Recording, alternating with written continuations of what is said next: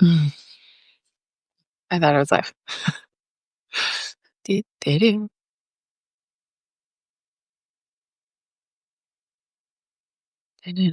Dun. Happy Thursday. All right. Let's go in the car. Hello, friends. To anyone who joins and watches later. Okay. Oh, how do I know if I'm living aligned with my design? Do, do, do, do. So obviously number 22 of, I think there were 40 in there. Oh, now this is a big question. So over the last 4 years that I've been in design, that I've been studying design, that I've been looking at the lens of my own design, been listening to clients about how they approach their design, how their design translates for them, I found that it's always easiest to start with the basics. So, what is the basic thing we always start with? Is type, strategy, and then we'll talk about authority a little bit moving forward. So, we've addressed this topic before that every aura type, there are four. One has a subtype, that's generators, that is split evenly, give or take, between generators and manifesting generators. So, every aura has a specific way that it operates. Let's start with manifestors. Manifestors are here to initiate and have impact on the people around them. Their auras are repelling. It's kind of like when you're in the presence of a manifestor, it's kind of this shield around them. And part of that is a protection in terms of kind of the power that they bring to the people around them. Um, when a manifester is living according to his or her design, whatever the specifics of that design are, he or she will experience peace. So if you are a manifester and you are experiencing peace, whether that's holistically across your life or momentarily based on the projects or things that you're doing that you've initiated through your authority and your driving impact, then you're living according to your design. How you know you're living outside of your design or against your design as a manifester is you feel anger. And a lot of that anger is really driven by not following your strategy, which is to inform, and your authority, whatever that may be, whether that's your solar plexus, your emotions, your intuition, or your spleen, nope, it's got to be, or your ego. Um, I'm doing this mentally all off the top of my head. So those are the only three authorities that can be manifestors, because always somehow connected to a motor. I thought it was always connected to a motor as a manifester. So if you're living out of your alignment, you're experiencing anger, which means that you're likely not following your strategy, which is to inform, and not following your authority, because manifestors aren't here to just initiate whatever the hell they want. They determine or decide what to initiate through their authority. So if you're an emotional manifester, you have this idea, this prompt, this whatever, this inspiration from outside of you. You then wait through your way to determine, okay, this is what I'm here to initiate. Or maybe you're, through your intuition, that you decide, hey, intuitively, I can see that this will lead me to feel safe, healthy, and secure.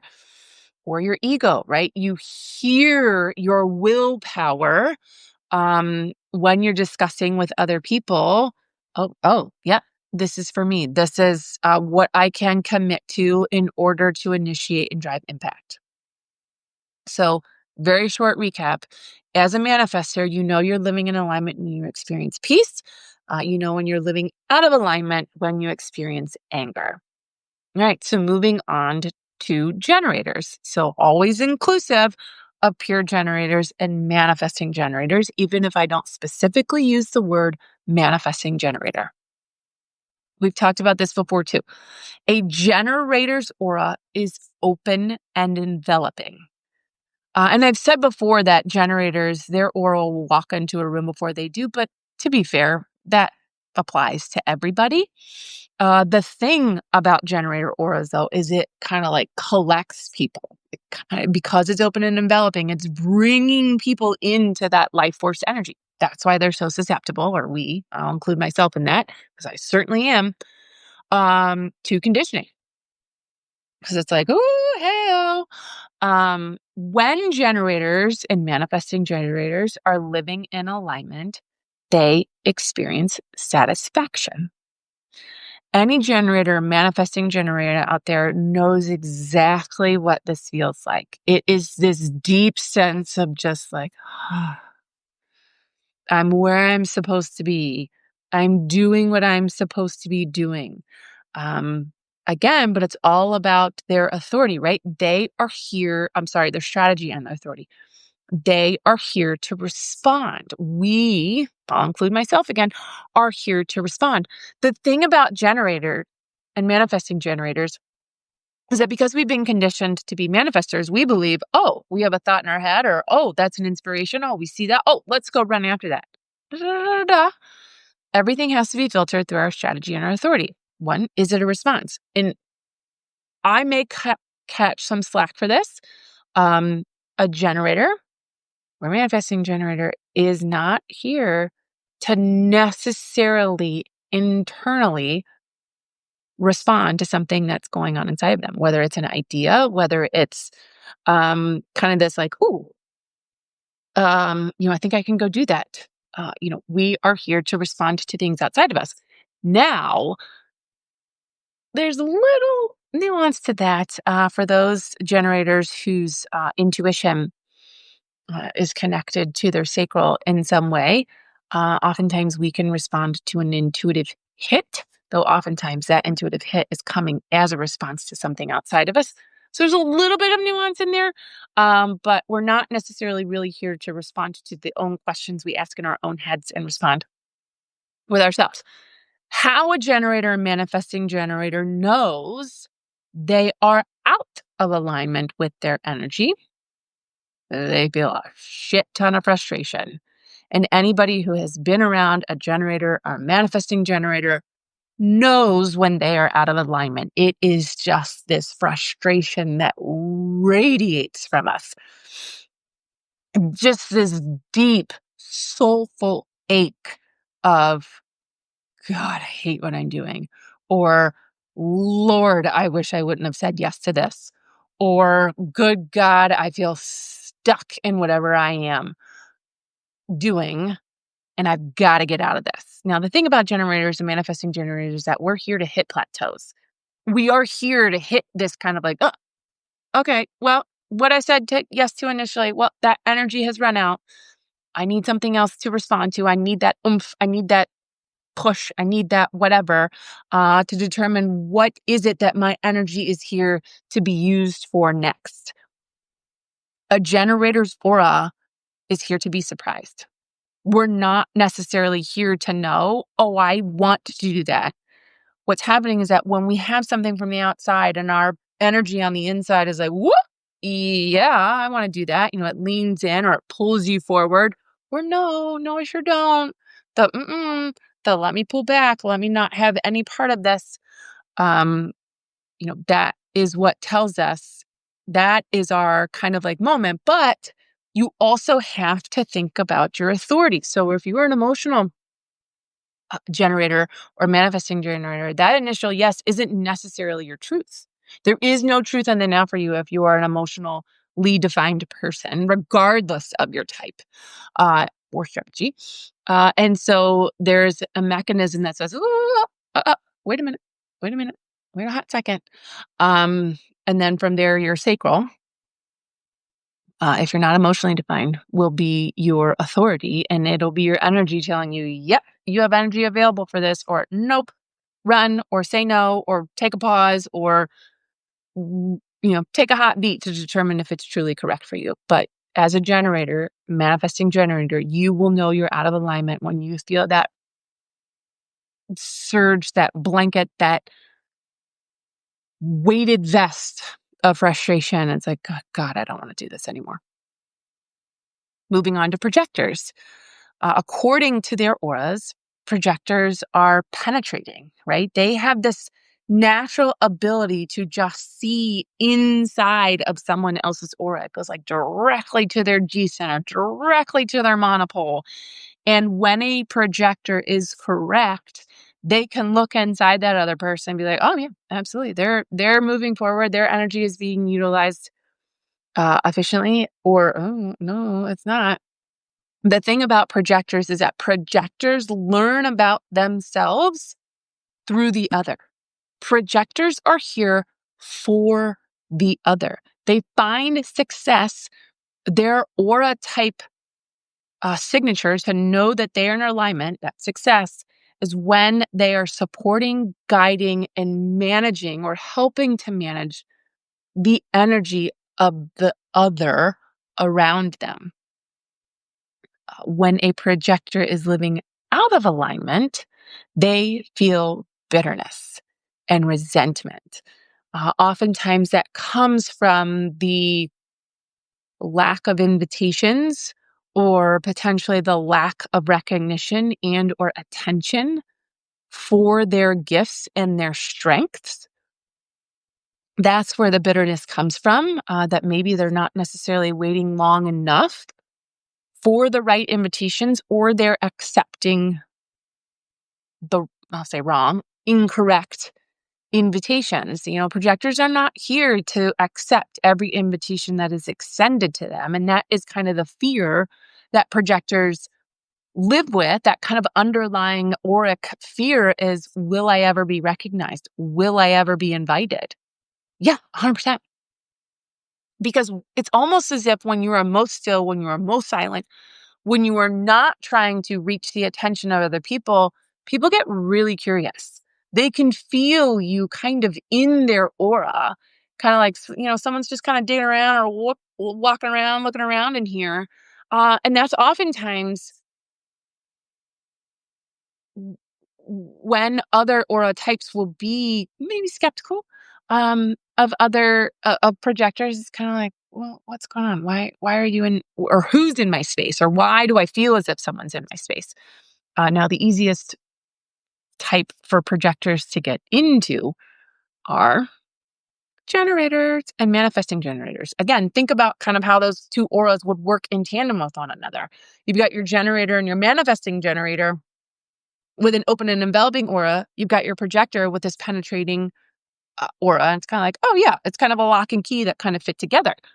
But it has to be correct, because for projectors, when the invitation is correct, when you accept an invitation, what you're actually saying to the other person is, yeah, your energy is correct for me to borrow in this moment, right? And I always talk about the borrowed frequency. Borrowing someone's energy isn't necessarily bad. We haven't gotten to that part yet. But for projectors, it's necessary. And that's where the invitation, it's like an energetic exchange of, yes, I'm inviting you into my energetic aura for you to kind of dig around and see what's going on. Oh, by the way, I'm giving you some of my energy for you to borrow, to use, to utilize, so that you can best guide me based on what you see and what you observe energetically. That's why it's kind of hard from like a relationship standpoint for manifestors and projectors, right? If manifestors have a repelling aura and projectors have a penetrating aura. Hello, not happening. What's going on? And kind of the same with a reflector, in that they have a sampling aura. So they're just kind of coming in and sampling what's going on around them. Now, I have to say nothing is ever impossible. I'm simply pointing out there are more ideal situations when it comes to how auras kind of connect with one another, not kind of, how auras connect with one another. So for projectors, when simply based on auric type, you're living in alignment when you're experiencing success, but that success is in relation to the other, but it is your success. You're out of alignment when you're feeling bitter, resentful, and like, the hell. Is anyone ever going to notice me, invite me, utilize my gifts, whatever the case may be?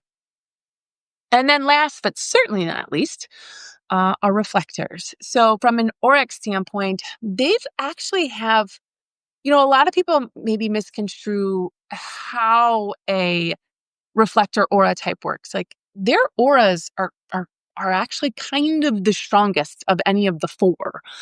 They are built to be Teflon, right? They're built to have the energy kind of move in and out of them. So a lot of people look at all that openness and say, "Oh my gosh, they're so susceptible to, conditioning from other people." Yes, they can be if they don't necessarily understand how their energy works, how their aura works, and what that looks like for them.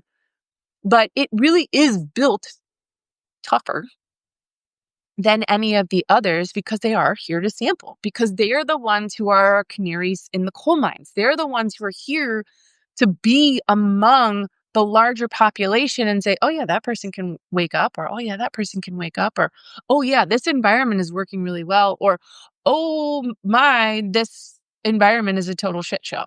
And the way that reflectors know they're living in alignment with their aura is that they experience surprise. And think about that. Because they have so much openness, the mechanics make sense of that they're here to experience surprise. And that's why that's when they know they're in alignment. It's surprise of like, oh, I'm taking this in. Oh, that's what that feels like. Oh, I'm taking this in. Oh, that's what that feels like from this perspective. But also a surprise of, oh, hey, here's what's going on in the environment.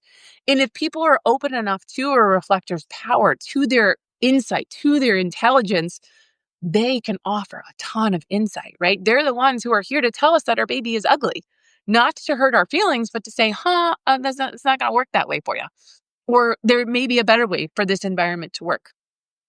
And when, sometimes I lose my train of thought, so forgive me. So, and when reflectors are experiencing living out of alignment, they feel a lot of disappointment. It's when they get so ingrained in or identified with the energy around them, right? They're just kind of taking it all and they're sampling and they're just kind of like disappointed in kind of what's going on. It's they're experiencing all of this energy from other people. They identify with it, and it's kind of like, wait, what's going on? Why do I feel like I can't make a difference, or why do I feel so different, but I can't get any of it out? A lot of what I've heard from a lot of reflectors is once they've learned their reflectors, it's like, God, I feel so validated. I feel so seen. I feel so understood. And like, I've always known that I was really different from other people, but I didn't know how to articulate it. I didn't know what it meant. And I didn't know why I feel like a different person every single day. Well, they do, because what they're really sampling is the program, is the transits. They are most susceptible to being affected by what's going on in the universe, what the background frequency is at any given moment. And depending on their specific lunar cycle, they wake up, they live, they experience. I'm going to say the different types, but that's not it. They experience the perspective of different types. So depending on how the transits are working and what their design is, certain gates become life force channels because it's connected through the transit. So, during a day, they can experience what it feels like to be a manifester because a manifesting channel is activated for them, or what it's like to be a generator, a manifesting generator, a projector, depending on what is activated. So there are so many elements within a design that will tell you whether you're living in alignment with your energy. And a lot of that is really figured out once you learn your design, more specifically, once you learn your borrowed frequency and how that's influencing you. But the place to really start to know if you're living in alignment, super easy, is your type and your strategy. Manifestors, you're in alignment if you're feeling peace, out of alignment if you're feeling anger. Generators, manifesting generators. You're in alignment when you experience some deep satisfaction. You're out of alignment when you're frustrated as hell. Projectors, you're living in alignment when you experience success. in working with other people or with the other. You know you're out of alignment when you're experiencing bitterness or resentment. And finally, reflectors, you know you're living in alignment when you experience surprise. You know you're living out of alignment when you're experiencing disappointment. And all of that strategy and all, that auric type needs to be filtered through your authority as well. But there's so many nuances in that. It's hard to cover in a live. Maybe one day we will. But it's just recognizing those deep but quick awareness moments. And I'll be talking to directly to generators and manifesting generators. I always say it is on us to change the frequency of the world. The majority of the world is operating through a borrowed frequency. You can look at it that way. The borrowed frequency. Hi, Myra. The borrowed frequency of a generator or manifesting generator is frustration. You know you're living through a borrowed frequency if you're constantly frustrated. And it is on us to change the frequency of the world, to understand how we're living outside of alignment, how we're living through our borrowed frequency, not just through our type and authority, but through all of the nuances of our chart. And start to figure ourselves out so that we raise the vibration of the entire world by raising or aligning our vibration and frequency to who we truly are, because we are the only ones who are here to know ourselves. Manifestors are here to make an impact and move on. Projectors are here to really know the other, and reflectors are here to know the environment. We're the only ones who are here to know ourselves. And so it's kind of on us to figure out our shit and do the best we can in raising our own frequency to support raising the frequency of the entire world. Uh, in the words of Forrest Gump, that's all I have to say about that.